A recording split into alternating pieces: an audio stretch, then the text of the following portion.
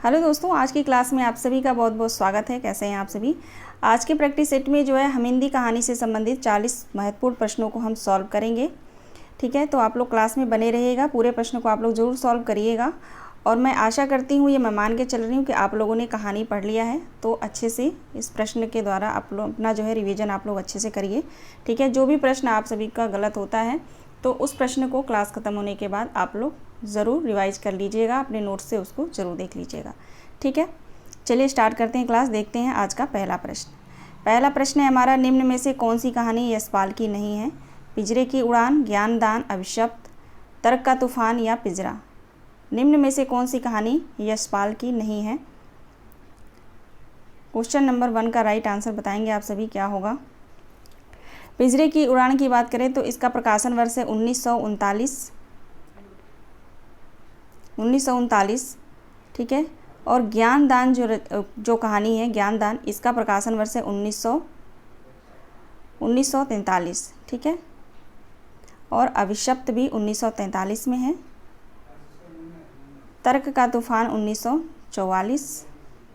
ठीक है, पिंजरा 1944। ठीक है, प्रकाशन वर्ष भी आप लोग ध्यान रखेंगे। ठीक है, क्योंकि प्रश्न जो है प्रकाशन वर्ष के हिसाब से आपको क्रम में लगाने के लिए प्रश्न आता है। ठीक है, तो आप लोग प्रकाशन वर्ष भी आप लोग ध्यान रखेंगे। राइट आंसर हो जाएगा हमारा ऑप्शन ई। ठीक है, पिंजरा। पिंजरा जो कहानी है वो यशपाल का नहीं है। ठीक है, अश्क का है, उपेंद्र नाथ अश्क का कहानी है पिंजरा।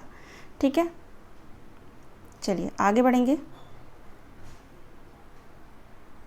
क्वेश्चन नंबर 2 देखेंगे। चिंगारियाँ कहानी संग्रह में कितनी कहानियाँ संकलित हैं? 8, 12, 9 या 10। चिंगारियाँ कहानी संग्रह में कितनी कहानियाँ संकलित हैं?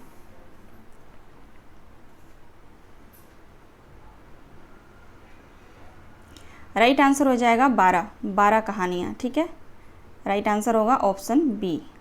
और चिंगारियाँ किसकी कहानी है? तो उग्र की है। ठीक है, उग्र की कहानी है, मोस्ट इम्पॉर्टेंट। और इस कहानी को जो है ब्रिटिश सरकार ने जब्त कर लिया था। तो क्वेश्चन आ सकता है कि उग्र की किस कहानी को ब्रिटिश सरकार ने जब्त किया था? तो चिंगारियाँ कहानी। ठीक है, कहानी संग्रह है ये। ठीक है, इसमें 12 कहानी संकलित हैं। राइट आंसर हो जाएगा ऑप्शन बी। आगे बढ़ेंगे। नेक्स्ट क्वेश्चन है हमारा, निम्नलिखित कहानियों में से हिंदी की पहली कहानी की चर्चा में से किस कहानी की गणना नहीं की जाती है? इंदुमती की, 11 वर्ष का समय, रानी केतकी की कहानी, कानों में कंगना। राइट आंसर क्या होगा?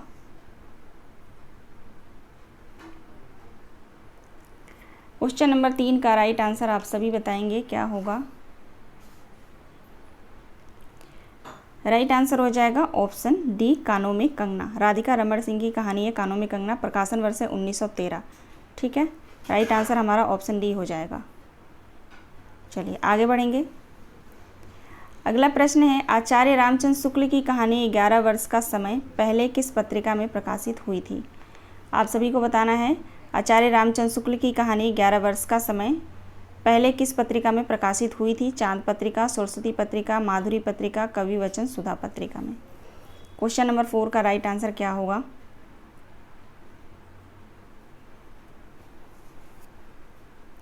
राइट आंसर हो जाएगा सरस्वती पत्रिका में। ऑप्शन बी हमारा सही जवाब होगा। ठीक है, चलिए आगे बढ़ेंगे। अगला प्रश्न देखेंगे, निम्न में से किस आलोचक ने इंदुमती को हिंदी की पहली कहानी माना है? आप सभी को बताना है, इनमें से किस आलोचक ने इंदुमती कहानी को हिंदी की पहली कहानी माना है? राइट आंसर क्या होगा क्वेश्चन नंबर 5 का?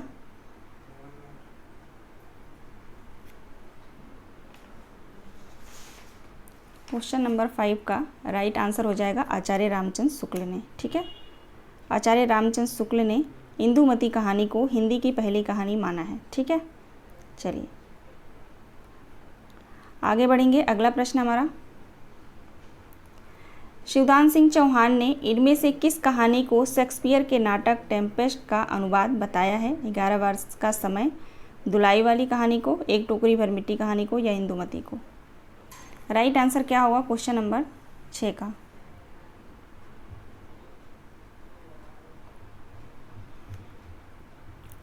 राइट आंसर हो जाएगा ऑप्शन डी, इंदुमती। ठीक है, इंदुमती कहानी को शिवदान सिंह चौहान ने इंदुमती कहानी को शेक्सपियर के नाटक टेम्पेस्ट का अनुवाद बताया है। ठीक है, राइट आंसर ऑप्शन डी हो जाएगा। आगे बढ़ेंगे। इंदुमती का प्रकाशन पहली बार किस पत्रिका में हुआ था? आप सभी को बताना है कि इंदुमती कहानी का प्रकाशन पहली बार किस पत्रिका में हुआ था।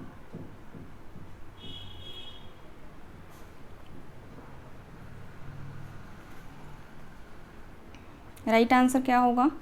क्वेश्चन नंबर 7 का राइट आंसर हो जाएगा सी, ऑप्शन सी, सरस्वती पत्रिका। ठीक है, और कब हुआ था? तो 1900। चलिए आगे बढ़ेंगे।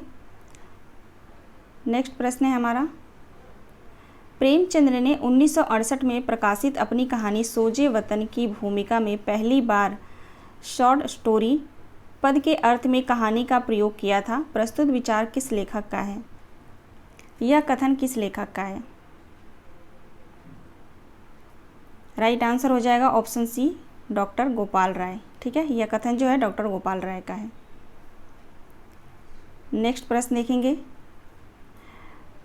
प्रणयिनी परिणय किशोरीलाल गोस्वामी की कहानी है जिसे हिंदी का प्रथम कहानी किसे माना है? रामचंद्र शुक्ल ने, डॉक्टर गोपाल राय ने, देवी प्रसाद वर्मा ने, गोपाल राय। प्रणयिनी परिणय जो कहानी है इसको हिंदी का प्रथम कहानी किसने माना है? प्रणयिनी परिणय जो कहानी है वो किसकी है? किशोरीलाल गोस्वामी की है। ठीक है, और इसको जो है हिंदी का प्रथम कहानी, इसमें ऑप्शन में दिया ही नहीं है। ठीक है, ऑप्शन गलत है, चारों गलत है। राइट आंसर हो जाएगा बच्चन सिंह ने। ठीक है ना, बच्चन सिंह यहाँ पे होगा, जो ऑप्शन में नहीं है तो उस सारे ऑप्शन को काट दे रही हूँ। ठीक है, आप लोग बच्चन सिंह ध्यान रखेंगे। ठीक है, चलिए आगे बढ़ेंगे। अगला प्रश्न है, 11 वर्ष का समय कहानी को शिल्प की दृष्टि से किसने हिंदी का प्रथम कहानी माना है? 11 वर्ष का समय कहानी को किसने हिंदी का प्रथम कहानी माना है?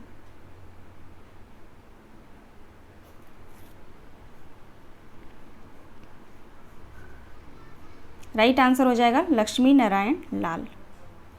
लक्ष्मी नारायण लाल ने जो है 11 वर्ष का समय जो कहानी है, ठीक है, उसको जो है हिंदी के प्रथम कहानी माना है। ठीक है, तो राइट आंसर ऑप्शन सी हो जाएगा। आगे बढ़ेंगे। अगला प्रश्न देखेंगे, एक टोकरी भर मिट्टी कहानी को प्रथम कहानी किसने माना है? एक टोकरी भर मिट्टी कहानी को प्रथम कहानी किसने माना है?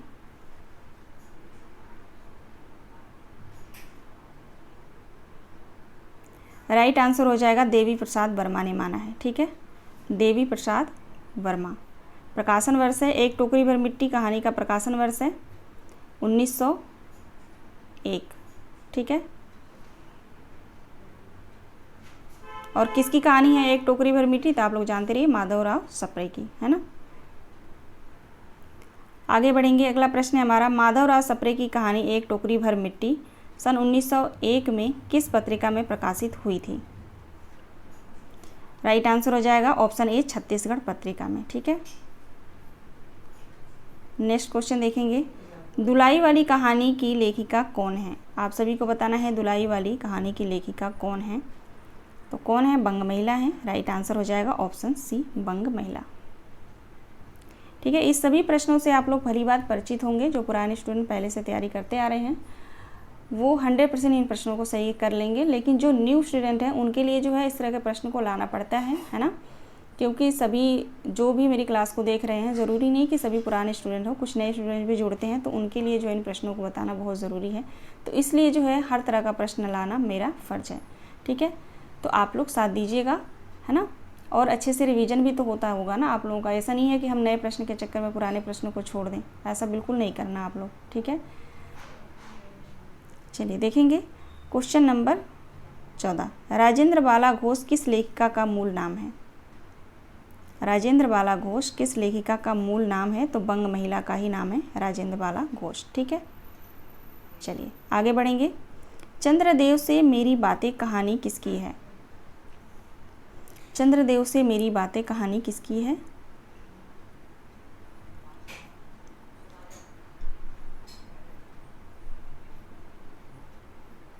राइट आंसर हो जाएगा बंग महिला यानी राजेंद्र बाला घोष की है। ठीक है, चलिए आगे बढ़ेंगे। प्रकाशन वर्ष पूछा जाए, चंद्रदेव से मेरी बातें कहानी का प्रकाशन वर्ष, तो आप लोग ध्यान रखिएगा 1904। ठीक है, 1904। अगला प्रश्न देखेंगे, कानों में कंगना कहानी के लेखक कौन हैं? कानों में कंगना कहानी के लेखक कौन माने जाते हैं? तो राधिका रमण सिंह, राधिका रमण प्रसाद सिंह। ठीक है, अगला प्रश्न देखेंगे, प्रेमचंद के पूर्व हिंदी कहानियों में सर्वश्रेष्ठ कहानी कौन सी है? प्रेमचंद पूर्व युग, ठीक है, की कहानियों में सर्वश्रेष्ठ कहानी किसे माना जाता है? राइट आंसर हो जाएगा उसने कहा था, चंद्रधर शर्मा गुलेरी की कहानी उसने कहा था, जिसका प्रकाशन वर्ष 1915 है। ठीक है, चलिए आगे देखेंगे। अगला प्रश्न, राखी बंध भाई कहानी के लेखक कौन माने जाते हैं? राखी बंध भाई कहानी के लेखक कौन हैं?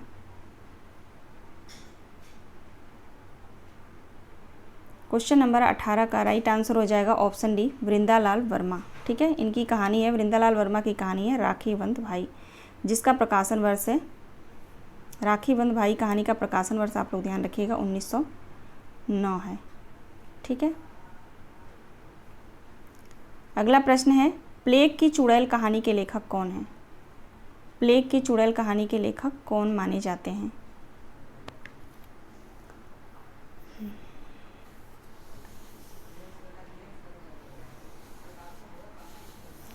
तो प्लेग की चुड़ैल किसकी कहानी है? भगवान दास की है ना, और सरस्वती पत्रिका में 1902 ईस्वी में प्रकाशित हुई थी।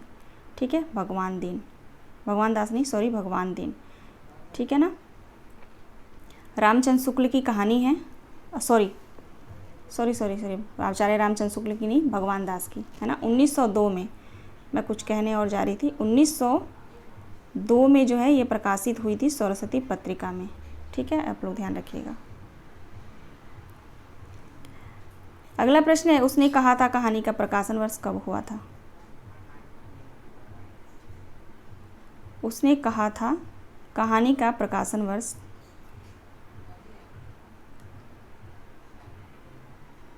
राइट आंसर हो जाएगा ऑप्शन सी, 1915।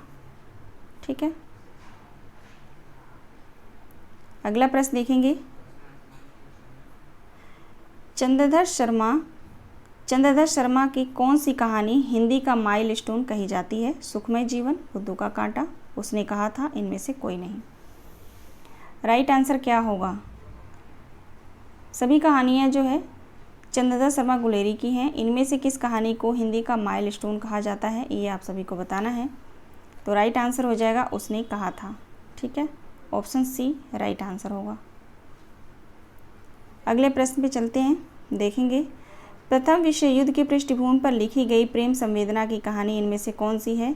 तो उसने कहा था ही कहानी है। ठीक है, राइट आंसर ऑप्शन बी हो जाएगा। आसान प्रश्न है, तो यहाँ पे टाइम देने की ज़रूरत नहीं है। ठीक है, क्वेश्चन नंबर 23 देखेंगे, फ्लैशबैक पूर्व दीप्ति पद्धति पर लिखी गई हिंदी की प्रथम कहानी कौन सी है? पूस की रात, कानों में कंगना, सुखमय जीवन, उसने कहा था। क्वेश्चन नंबर 23 का राइट आंसर हो जाएगा उसने कहा था। ठीक है, राइट आंसर ऑप्शन डी हो जाएगा। अगला प्रश्न है, प्रेमचंद का प्रथम कहानी संग्रह किस पत्रिका में प्रकाशित हुई थी? प्रेमचंद की प्रथम कहानी संग्रह किस पत्रिका में प्रकाशित हुई थी? जमाना पत्रिका में। ठीक है, कब? तो 1908 जमाना पत्रिका में, है ना। चलिए अगला प्रश्न देखेंगे, मुंशी प्रेमचंद जी का कौन सा कहानी संग्रह अंग्रेजी सरकार द्वारा जब्त कर लिया गया था? ये आप सभी को पता होगा। ऑप्शन सी सोजे वतन, है ना। राइट आंसर ऑप्शन सी होगा। क्वेश्चन नंबर 25 देखेंगे, प्रेमचंद ने अपनी किस कहानी के माध्यम से ग्रामीण जीवन, किसानों की कायापन का चित्रण और उनके आदर्श की स्थापना की है? कफन, सोजे वतन, पंच परमेश्वर, दो बैलों की कथा। प्रेमचंद ने अपनी किस कहानी के माध्यम से ग्रामीण जीवन, किसानों की कायापन का चित्रण और उनके आदर्श की स्थापना की है? तो क्वेश्चन नंबर 26 का राइट आंसर हो जाएगा पंच परमेश्वर कहानी से। ठीक है, राइट आंसर ऑप्शन सी होगा। क्वेश्चन नंबर 27 देखेंगे, ईदगाह कहानी की विषय वस्तु किस पर आधारित है। आप सभी को बताना है ईदगाह कहानी की विषय वस्तु किस पे आधारित है।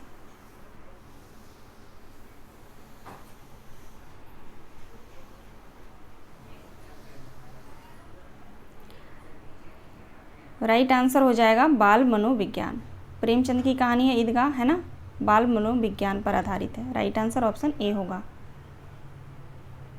अगला प्रश्न है, ईदगाह कहानी में समाज की किस गंभीर समस्या का चित्रण किया गया है। आप सभी को बताना है ईदगाह कहानी में समाज की किस गंभीर समस्या का चित्रण मिलता है या किया गया है, तो गरीबी का। राइट आंसर ऑप्शन सी हो जाएगा, गरीबी। ठीक है, अगला प्रश्न देखेंगे, कौशिक जी की कहानियों के संबंध में कौन सा कथन असत्य है। कौशिक जी की कहानी का संग्रह चित्रशाला है। ऑप्शन बी है, कौशिक जी की कहानियों के विषय सामाजिक समस्याओं से जुड़े हैं। ऑप्शन सी है, अनाख्या कौशिक जी की कहानी संग्रह है। ऑप्शन डी है, इन्होंने बाल विवाह, दहेज प्रथा, पर्दा प्रथा विषयों को अपनी कहानियों का विषय बनाया है। इनमें से असत्य क्या है, ये आप सभी को बताना है। राइट आंसर हो जाएगा ऑप्शन सी। ऑप्शन सी जो है गलत है, आख्यान। ठीक है, अनाख्या जो है कौशिक जी का कहानी संग्रह नहीं है। आप लोग ध्यान रखिएगा, रामकृष्ण। ठीक है, रामकृष्ण दास का है। अनाख्या जो कहानी संग्रह है वो रामकृष्ण दास का है। ठीक है, ना कि विशंबर नाथ शर्मा कौशिक का। ठीक है, तो राइट आंसर हमारा ऑप्शन सी हो जाएगा। बाकी तीनों ए, बी और डी तीनों बिल्कुल सही है। ठीक है, चलिए आगे बढ़ेंगे। क्वेश्चन नंबर 30, प्रेमचंद की पहली कहानी कौन सी है। प्रेमचंद की पहली कहानी कौन सी है। राइट आंसर हो जाएगा सौत। प्रेमचंद की सबसे पहली कहानी कौन सी है, तो सौत है। और ये कहानी जो है 1915 में सरस्वती पत्रिका में, ठीक है, सरस्वती पत्रिका में प्रकाशित हुई थी। ठीक है,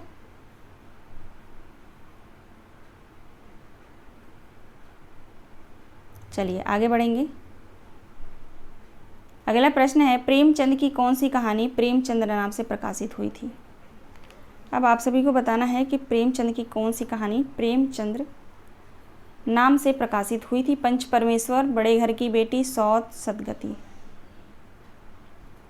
तो बड़े घर की बेटी। राइट आंसर ऑप्शन बी होगा। अगला प्रश्न है, किसने लिखा है कि सबसे उत्तम कहानी वही होती है जिसका आधार किसी मनोवैज्ञानिक सत्य पर होता है। प्रेमचंद, जयशंकर प्रसाद, रामचंद्र शुक्ल, कौशिक। तो ये कथन है प्रेमचंद का।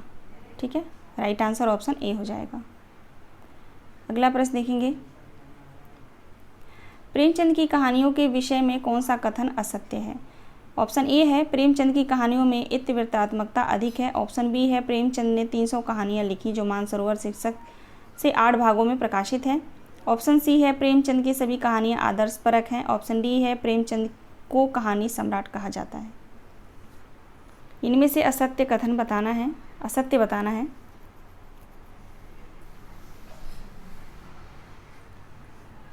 राइट आंसर हो जाएगा ऑप्शन सी। प्रेमचंद की सभी कहानियाँ जो आदर्शपरक नहीं हैं। ठीक है, तो राइट आंसर ऑप्शन सी हो जाएगा, बाकी सब सत्य हैं। अगला प्रश्न देखेंगे, प्रेमचंद जी ने कहानी को किस नाम से पुकारा है। प्रेमचंद जी ने अपनी कहानियों को किस नाम से पुकारा है, तो गल्प। राइट आंसर हो जाएगा ऑप्शन ए, गल्प नाम से। अगला प्रश्न है, हिंदी कहानी का उद्भव कब से माना जाता है। द्विवेदी युग से, छायावाद युग से, प्रेमचंद युग से, प्रगतिवाद युग से। हिंदी कहानी का उद्भव कब से या किस युग से माना जाता है। राइट आंसर क्या होगा, क्वेश्चन नंबर 35 का। क्वेश्चन नंबर 35 का राइट आंसर हो जाएगा द्विवेदी युग से माना जाता है। ठीक है, आप लोग ध्यान रखेंगे, द्विवेदी युग से। अगला प्रश्न देखेंगे। अगला प्रश्न है, गल्प एक ऐसी रचना है जिसमें जीवन के किसी एक अंग या किसी एक मनोभाव को प्रदर्शित करना ही लेखक का उद्देश्य होता है। यह कथन किसका है? आप सभी को बताना है क्वेश्चन नंबर 36 का राइट आंसर। यह कथन किसका है? यह कथन जो है प्रेमचंद का ही है। ठीक है, राइट आंसर ऑप्शन सी हो जाएगा। अगले प्रश्न पे चलते हैं। निम्न में से किसे हिंदी की पहली कहानी माना जाता है? निम्न में से किसे हिंदी की पहली कहानी माना जाता है? राइट आंसर क्या होगा?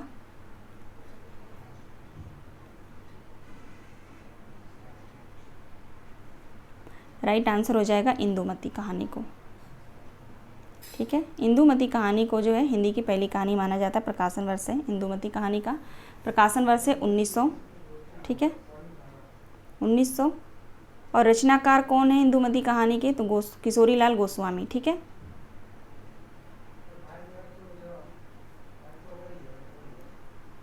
इंदुमती कहानी का प्रकाशन वर्ष क्या है? तो 1900 है, मैंने बता ही दिया। और राइट आंसर ऑप्शन सी हो जाएगा। अगला प्रश्न देखेंगे। इंदुमती कहानी के कहानीकार का क्या नाम है? किशोरीलाल गोस्वामी। इसीलिए मैं और सारा बता नहीं रही हूँ क्योंकि मैं प्रश्न जो है मैंने लिया है सारा। ठीक है, इसलिए मैं डिटेल नहीं बता रही। चलिए आगे बढ़ेंगे। अगला प्रश्न है, प्रेमचंद की अंतिम कहानी कौन सी है? प्रेमचंद की अंतिम कहानी कौन सी मानी जाती है?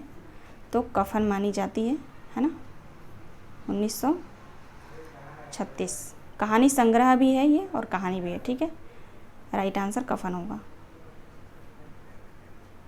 अगला प्रश्न है, इनमें से कौन सी कहानी प्रेमचंद की नहीं है? ठाकुर का कुआं, नशा, बड़े भाई साहब, शरणागत। तो आप सभी को पता होगा राइट आंसर ऑप्शन डी होगा। शरणागत जो है प्रेमचंद की कहानी नहीं है, वृंदालाल वर्मा की है। ठीक है, वृंदावनलाल वर्मा,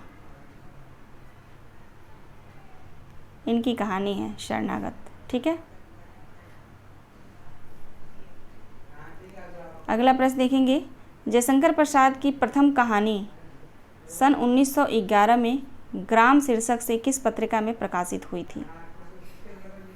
सरस्वती पत्रिका में, जमाना में, हिंदू में, हंस पत्रिका में। जयशंकर प्रसाद की प्रथम कहानी सन 1911 में ग्राम शीर्षक से किस पत्रिका में प्रकाशित हुई थी? राइट आंसर हो जाएगा ऑप्शन सी, हिंदू पत्रिका में। ठीक, हिंदू पत्रिका। आज का जो है अंतिम प्रश्न देखेंगे। जयशंकर प्रसाद की कहानी संग्रहों को क्रम में लगाइए। जयशंकर प्रसाद की कहानियों को क्रम में लगाइए। इस तरह का प्रश्न जो आज मैंने लास्ट में जो प्रश्न लिया, इस तरह का प्रश्न में जिससे जो मैं पूरी जो मैं क्लास ले चुकी हूँ। ठीक है, जितने भी महत्वपूर्ण लेखक हैं, कहानीकार हैं, जो महिला कहानीकार हैं, उनकी सभी कहानियों को मैंने प्रकाशन वर्ष के हिसाब से मैंने पढ़ा दिया है। लेकिन फिर मैं दोबारा उस पर जो है क्लास लूँगी कुछ नए प्रश्नों के साथ। ठीक है, नए क्या, लेखक तो चेंज हो नहीं सकते, ना ही उनकी रचनाएं चेंज होंगी, लेकिन घुमा के क्वेश्चन जो है आप जो पूछने का पैटर्न है उसके हिसाब से मैं क्वेश्चन को लाऊंगी। ठीक है, तो आप लोग मेरे चैनल से जुड़े हैं तो निश्चिंत होकर आप लोग प्रैक्टिस दिया करिए। जो भी मैं क्वेश्चन बनाती हूँ, सॉल्व कराती हूँ, वो बिल्कुल प्रमाणित बुक से होता है। किसी भी प्रैक्टिस सेट उससे उतार करके मैं नहीं करती हूँ। नहीं तो मैं एक दिन में 2-3 4 वीडियो डाल दूँ मैं। ठीक है, क्वेश्चन बनाने को कम से कम 3 से 4 घंटे लगते हैं, है ना।